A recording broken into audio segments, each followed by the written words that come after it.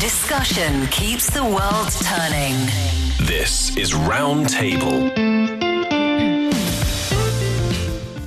You're listening to Roundtable with myself, Heyang. I'm joined by Li Yi and Steve Hatherly in the studio. Coming up, when chefs,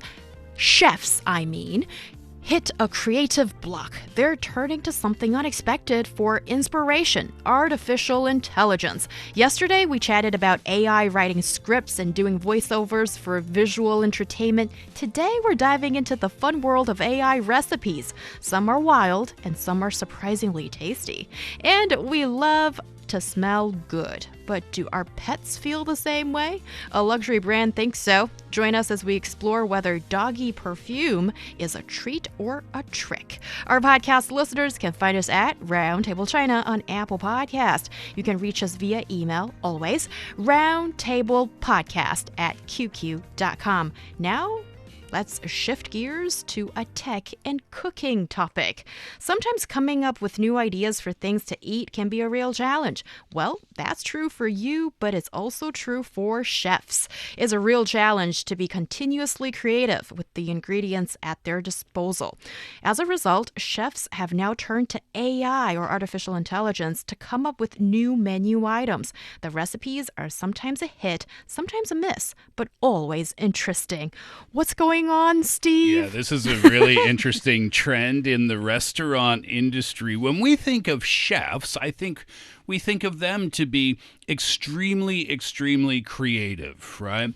Very exciting to see new menu items pop up at your favorite restaurant should they come. But I think we have to remember that sometimes these chefs need help as well because creativity comes and goes. Well, let's start with an example from a real business in Dubai. There's a restaurant chain called Dodo Pizza or Dudu Pizza. I'm not sure how to pronounce that. Anyway, Spartak Arutyunyan is the head of menu development for that company. And Spartak was trying to think of new pizza ideas. And he thought, why don't I ask ChatGPT and see what the algorithm has to say about this? It created a recipe. The restaurant decided to put it on the menu. It was a huge success, and it's still on the menu now.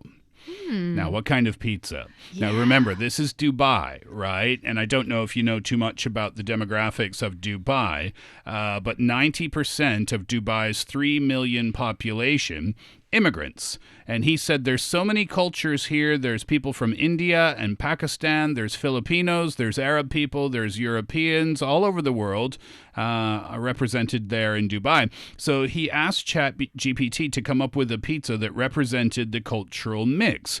And this is what ChatGPT came up with as a recipe: Arab shawarma chicken, Indian grilled paneer cheese, Middle Eastern za'atar herbs, and tahini sauce. Those are your pizza toppings. ChatGPT came up with it.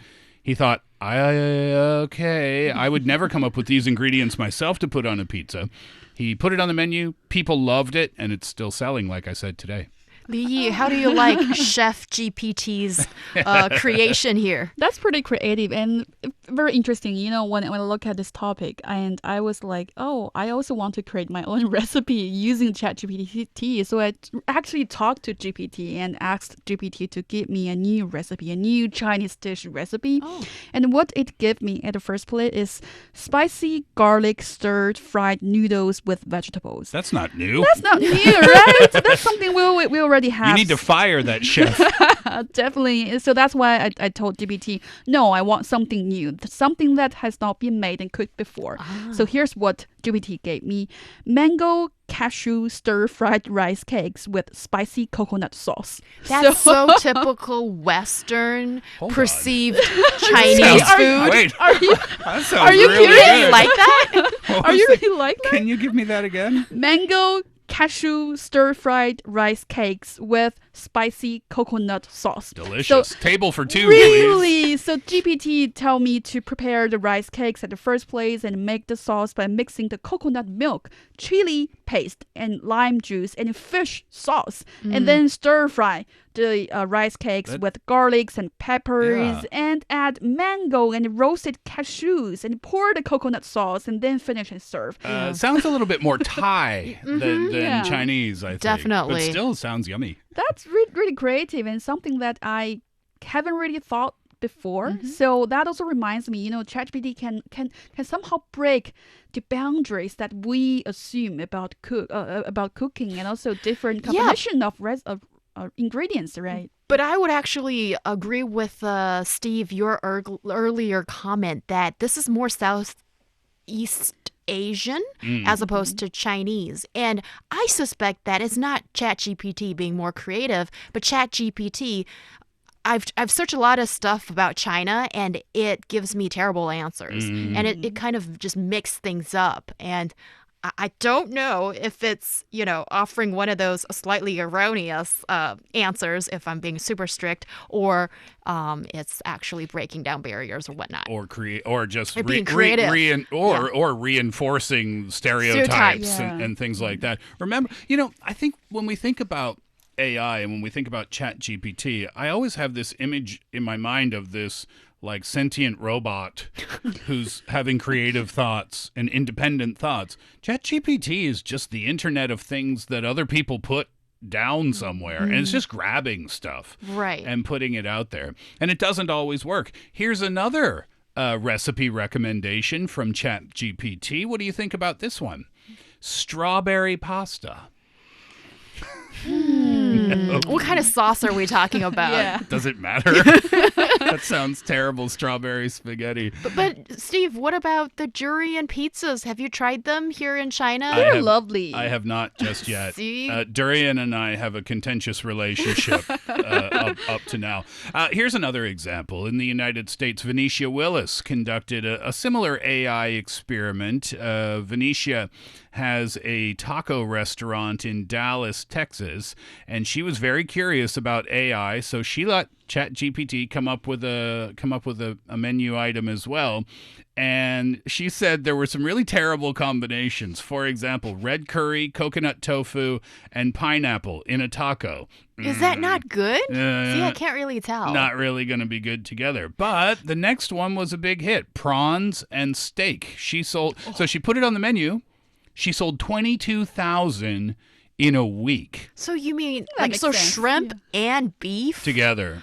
That's a lot of Well, that's like really healthy protein. It's like a surf and turf taco. But I think that's a more reasonable combination, right? Than the previous one? Than the previous one? Yeah. I'm curious though. Think about this from a if you're listening now and you're a restaurateur, think about how you can market this, though, right? It's a fun little gimmick to be able to say to your customers, oh, I have a new menu item. I just asked AI to create it for me. From a customer's point of view, they'll say, oh, what's that? Oh, yeah, cool. Let me try that. I mean, this sounds really silly on the surface, but Alicia sold 22,000 tacos in 1 week, being able to use AI as a marketing tool to her restaurant's advantage. That's a big number of tacos. That's a lot of money in her pocket. So can we call AI reliable for recipe creation? No. Or am I even, or maybe this is just merely a gimmick, like Steve, you just said. Yeah, well, I think it can be both, as a matter of fact, because Emily Bender is a linguistics professor at the University of Washington in Seattle, and she said AI chatbots are not magic. She says that they've learned what others have read online. She said if you can get ChatGPT to spit out something that looks like a recipe, then it's because there are recipes on the internet. So the AI could have simply grabbed a recipe from somebody's cooking blog that already existed many years ago, and it seems like this creative, fun thing that ChatGPT came up with, when in fact it was just somebody else's creation a long time ago. And that decreases reader numbers, I think, and their ability to make a living from subscriptions or advertising menus when, this is the result. Well, then should there be ethical considerations around AI using publicly available recipes for commercial purposes. Yeah. I mean, there are major lawsuits going on in the U.S. about, the ethical considerations of AI scraping information of like publishing houses or licensed and certified journals, those kind of things. Should it be the same argument here about recipes too? Yeah, I mean, it's a fair point, isn't it? Because if you put something up online and it's something that you published and you created, and then how would you know if that's part of the big problem, I think, is ChatGPT grabs it and just puts it in its database, and then somebody else in another part of the world comes up with it. How are you supposed to know that that even happened? So that's one of the big issues there. I think another one is also the discrimination that we have discussed a lot of times when it comes to AI creation. I mean, when you compare AI chef with human chef, I would always vote for human chef because they're having their different cultural background, their personal background, which can actually be taken to the creation of the whole recipe and the cooking process. But when it comes to Chef GPT, I mean, what's the persona of GPT? You can't really tell. I mean, even if you're giving this GPT a persona or you're giving the very detailed order saying, I want something from China. For example, I told GPT to have something like Chinese dish. But then how does the machine understand what represents Chinese flavor? That could also be a very tiny little things that you can take into consideration. Yeah, but right? remember, we're in the early stages, too. And as AI gets more sophisticated in the future, it may be more helpful in recipe creations and not recommend things like strawberry pasta in the future. It could categorize ingredients as sweet or acidic and so on, and then find those things on the internet that could taste good together. With the more information that's provided to it and the more sophisticated it gets, the more advanced it will become in its recipe creations, which I suppose brings into question the role of the chef in the future. I saw a report from Forbes from earlier this year, and this was a forecast that was done by a restaurant consultancy firm called Aaron Allen and Associates, and it suggests that as much as 82% of restaurant roles could be potentially supplanted by robots. 82% of restaurant roles. Up to 31% of those roles being devoted to food preparation. Jobs that are typically done by human beings at this point in time. It's a big shift towards automation that's happening right now for fast food establishments in particular. But is it going to replace chefs? Probably not, but it would replace a lot of the jobs that you find in food automation, burger flipping, or things like that, particularly in the fast food industry. Yes. And also for sous chefing, a lot of the preparation, this can be done by robots if that restaurant has enough investment in these pretty high-tech equipment at the time. There's that, and then there's also the need for employees as well. 60% of dining establishments said that they've been struggling to recruit employees. And according to Aaron Allen and Associates, in the U.S. alone, there was a shortage of 300,000 restaurant workers in 2022. Not enough people to work in the restaurants. They're shifting towards automation, but will they ever take over the role of chef? They don't seem to think so. That said, there are other ways that AI is really helping out. In fact, this is a really fun business idea. We go to Singapore. Italian expat chef Stefano Cantu created an AI-powered app that can suggest recipes for you, judging by the ingredients that you have in your cupboard and in your fridge. And we were using the term earlier, but this is the official term, Chef GPT. So you put your information into the app about the food that you have in your fridge. It has a drop-down menu, and it lets the user specify tools that they have in their kitchen as well. So what kind of cookware you have, or if you're in a hurry, you can put that in. Or if you're not a very good cook, you can put that in.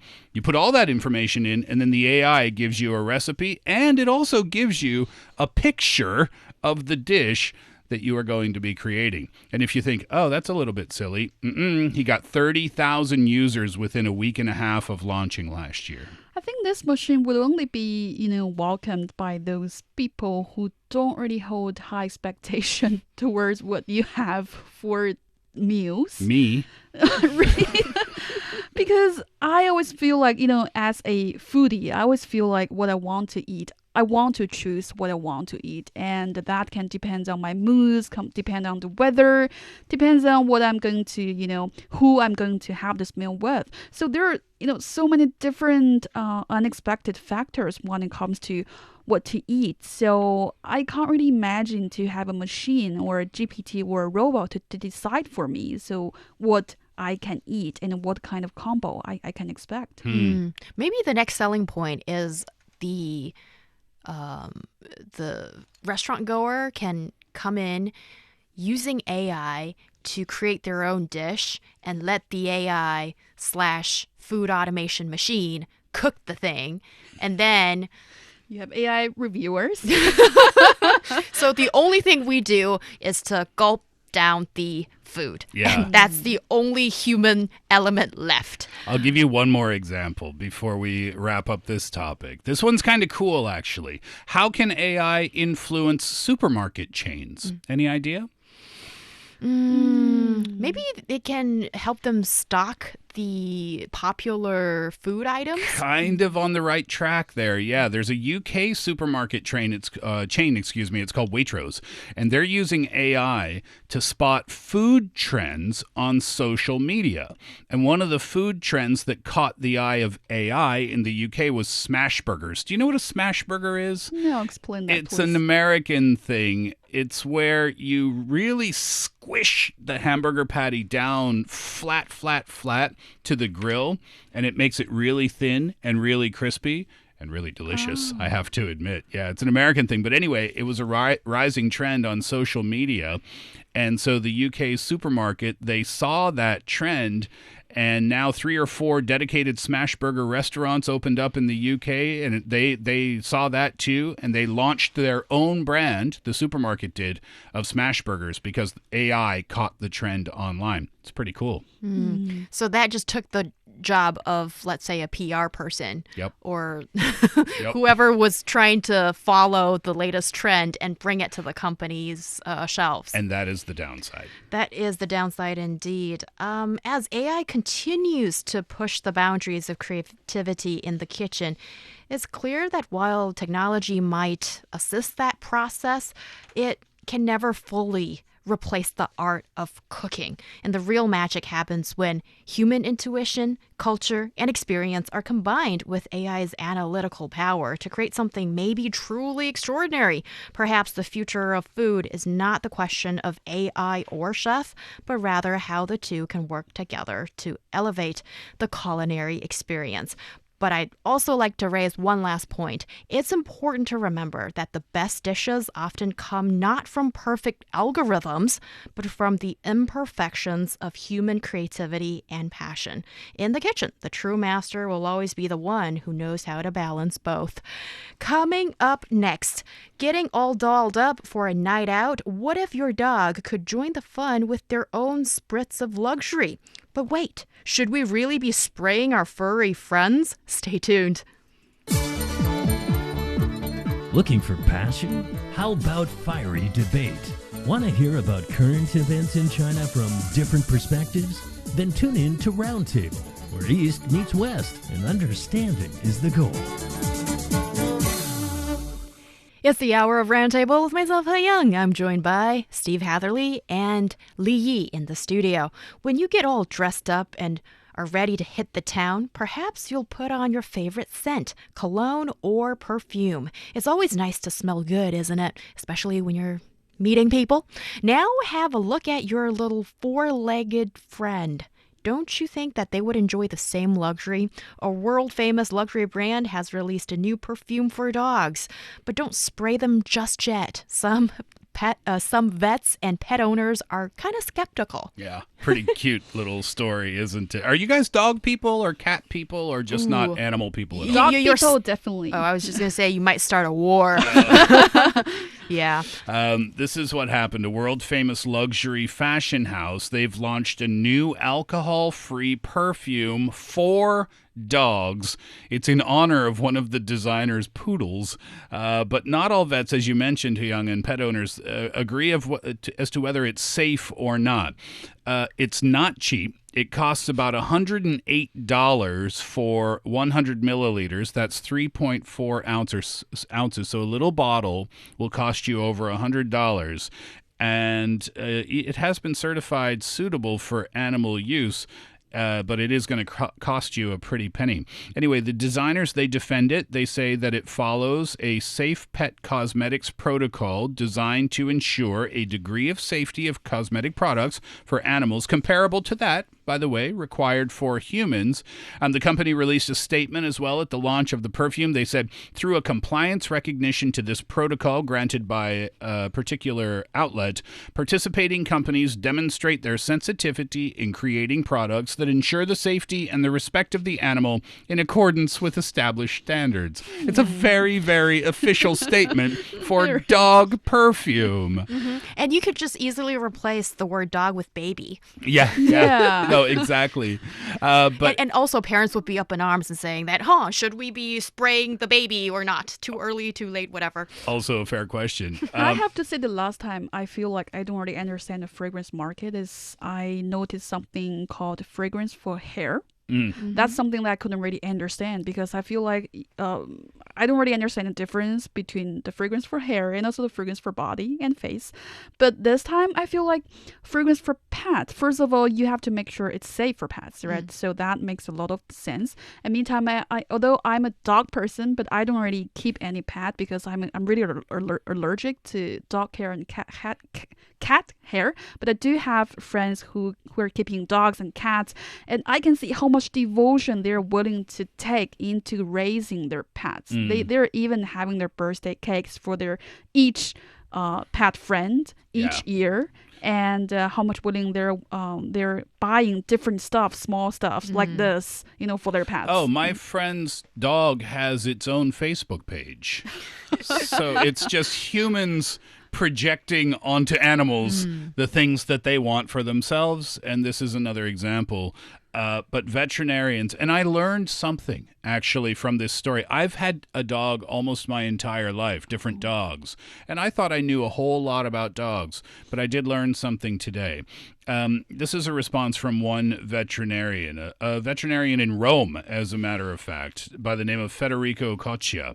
Dogs recognize themselves. This is the quote.